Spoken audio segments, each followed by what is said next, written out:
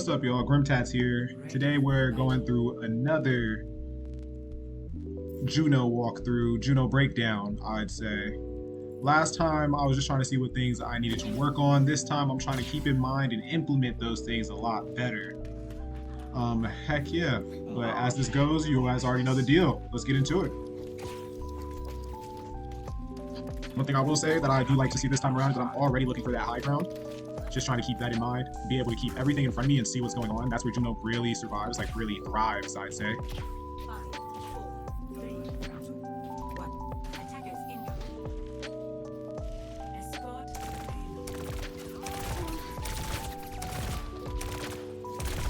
Good positioning, holding that high ground. That was me checking to see what type of angle he really had on me. Good eyes. I'm seeing junk over there. Good Kobe. Playing low right here. I don't really want to push it into there because I feel like I just end up trapped. And I think that was a perfect example of that. Them trying to push up on me if I would have went. Okay, I just want a little bit of smoke. Now I'm in there since I know I'm safe. Because they're not expecting me to wrap back around. Still do want to push out. At this point I'm realizing Zenyatta's going to need a little bit more attention than what I'm giving him. Great move right here, trying to get up to the high ground. That's exactly what we wanted. But I see that I'm a little bit too far. Try my best to just come up and support. I'm really trying to keep everything in front of me. That's like the one thing that I really want to do. Because I'm seeing that Tracer is really like sitting here trying to poke our back line. But keeping everything in front of me allows for things like this where I can just go try and take those spots that are like mark or occupy, contest. He just wanted to show me that he was there. That he was like, you're not gonna get me. Also, this is one of the reasons why it's so pivotal to keep things in your line of sight. Right there, I went for the Diva because Diva does not have a self-heal. Malga has abilities that are gonna give him some sort of health. Now took that perch. Again, great positioning. Behind the enemy, but still able to see my team. I'm gonna have to get out of here soon. I know I can't sit here because Soldier has pure access. I think that should be coming up soon. We might die because I should have been focusing Malcolm way earlier right there once I saw 2 tanks on 1. And that was my fault. I should have jumped out of the perch way earlier.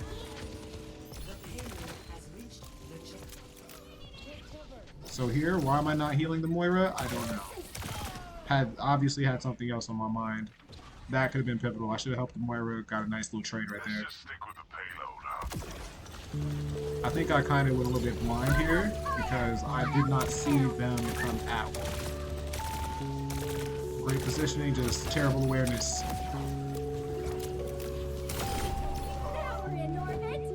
Okay.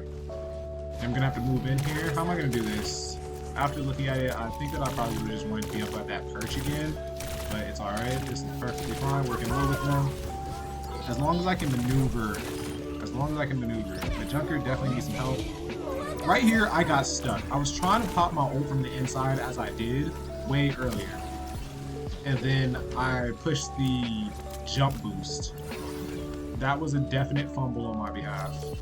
I think like that's something that needs to be like watched. I knew that they were gonna push up to that way more than likely. So I was trying my best to support the Junkrat. So I was like, I know he can put out damage at that angle. But as you see, his immediate reaction was to get out of there, so I wasn't gonna just sit around and wait. Great positioning, picking up another high ground position just right across. And great assist. I'm not too sure why they are all behind our team. Like they rotated that way, it was a bit weird. But that's what they get for moving. At this point I'm just saying who needs some help. Coming around. And then I'm trying to follow behind Malga.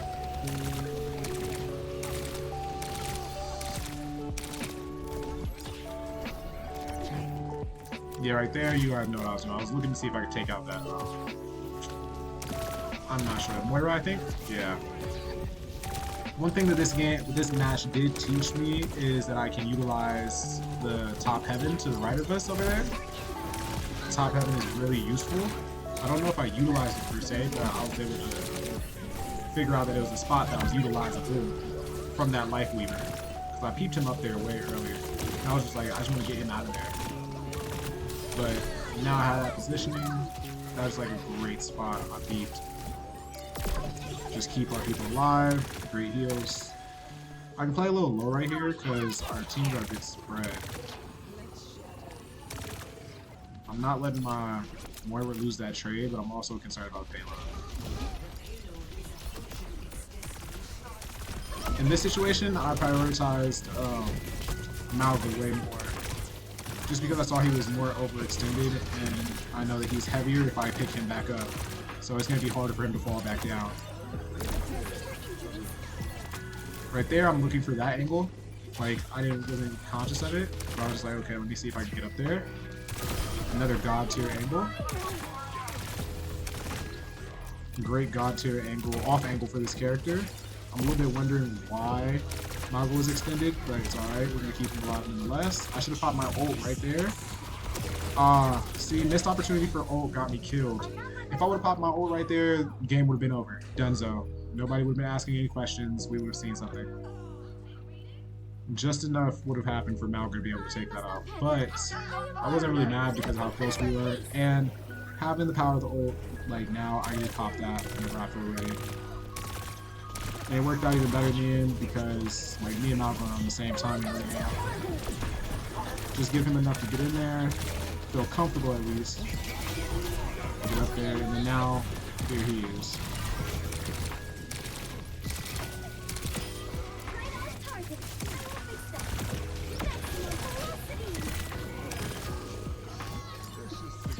Yeah, at this point we're just cleaning up and maintaining team.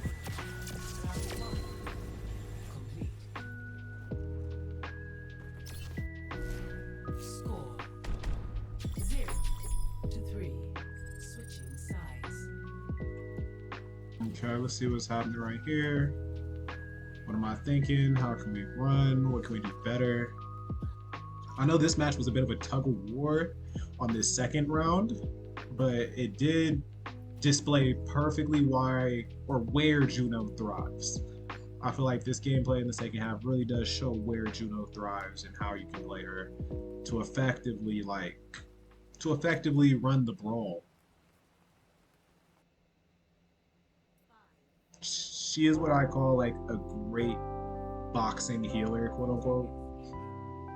Like she's good at being inside of the Royal Rumble.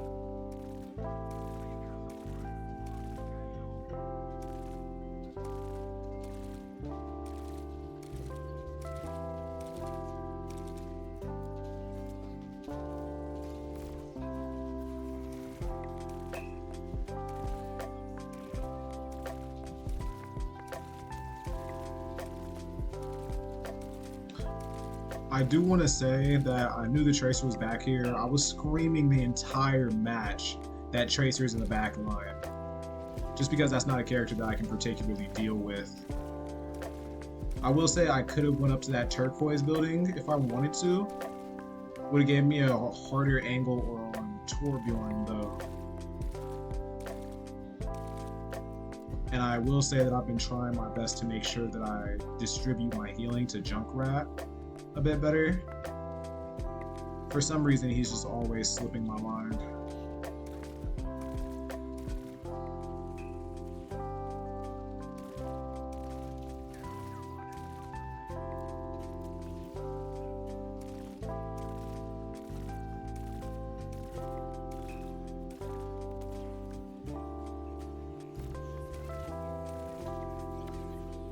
But yeah, I think overall, what's been carrying me this round right here has just been trying to keep everything in front of me and maneuvering accordingly.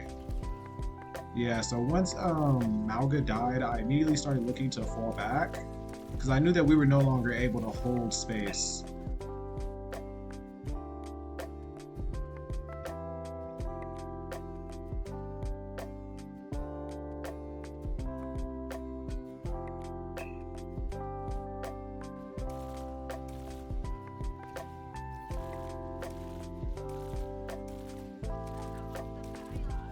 Right here, it was a bit difficult for me, I'd say, because everybody was so spread out. And I'm genuinely terrified of Soldier. Like, especially Soldier's ult, this character needs to be genuinely terrified of him. There is nothing that I can do against that.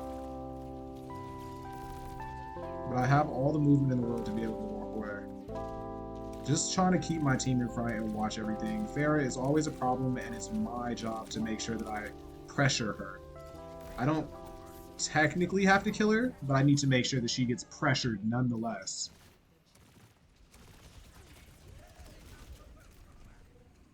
But yeah, straight up.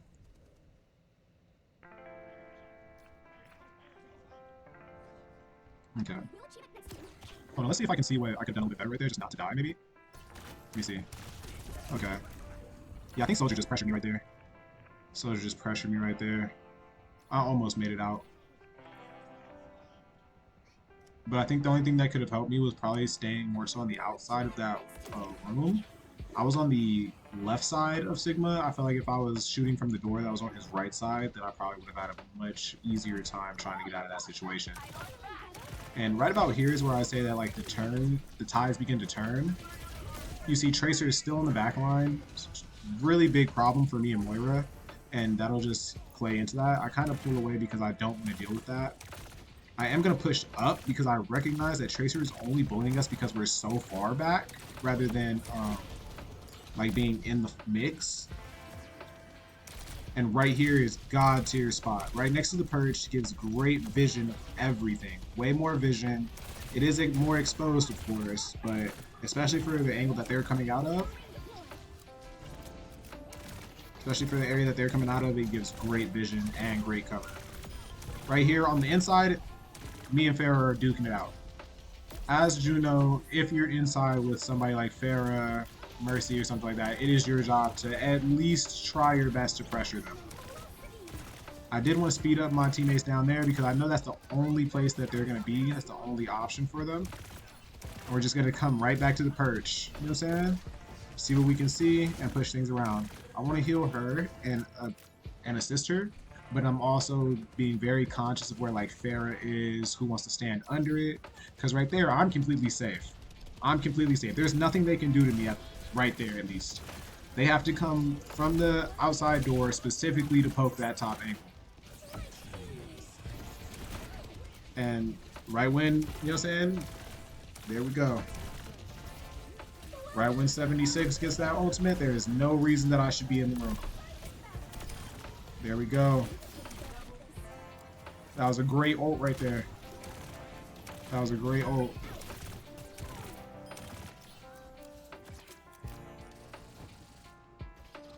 Yeah, over here having such like tight room and big perches, it's just a wonderland for Juno, I'd say.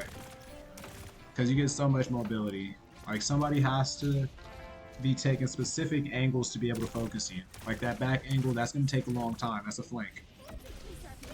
Any character that's going over there, outside of maybe Widow, is going to be a lot shorter of range, I'd say.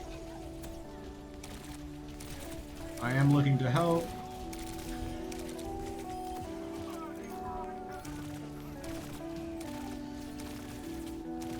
You see, I wanted to get in the mix while also being able to get some healing out there.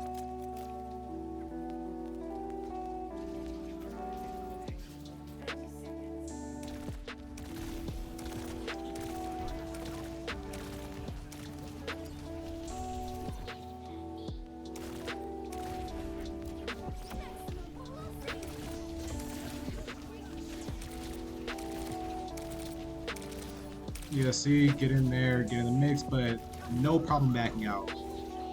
That is the biggest advantage of this character, is being able to back out.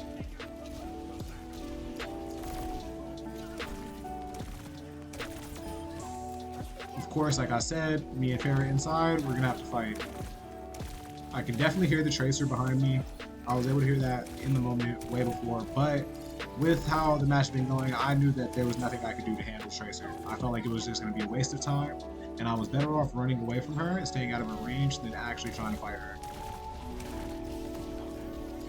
Right here you see the movement, trying to stay high, trying to keep it on the perches, and give my team as much support as possible. While everybody's worried about clearing out the actual point, the cart, getting everybody off the point, I'm nowhere near the point, trying to make sure that my team can stay on. Right there, of course, I completely overextended. There was no reason that I should have been out there, should have been in that area with Farah. The point was inside, my teammates were inside, I was not following anyone up as this character. There is no reason that I'm solo contesting. I'm here to apply pressure, and under pressure, you either make diamonds or fold. You feel me? Again, what happened there? I should not have walked in by myself. I walked into a death trap with no way to heal myself.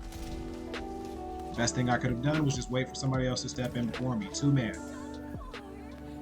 Ideally, a tank.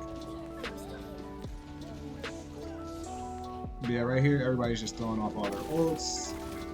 Things get shiesty for me right here. This was just Tracer just in the back line. This one, best thing I could do in this moment, I got caught off guard, Tracer in the back line. I was crying and screaming for help from my colleagues. I was just telling them all game, Tracer's in the back line messing us up. I'm just gonna have to work on that myself. I'm not blaming them because they did their job, they stayed on point, but I'm just like, okay, that's one of the most frustrating things I can deal with.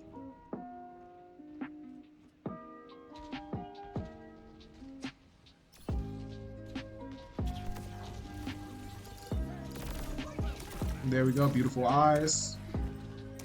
Was able to keep everything up.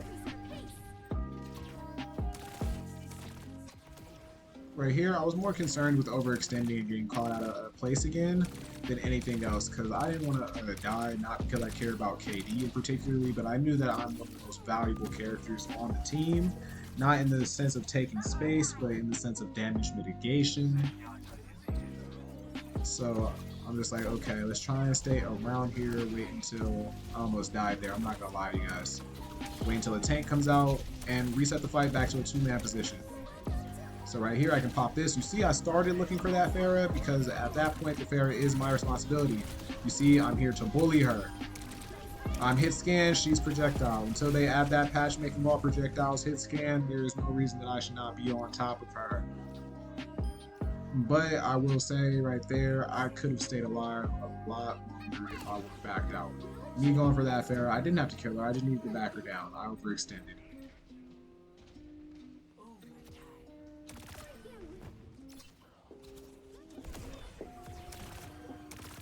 Yeah, I didn't want to. Oh, there we ended up winning. But heck yeah, frick fracking, great game. Trying my best to implement those things that we were talking about before.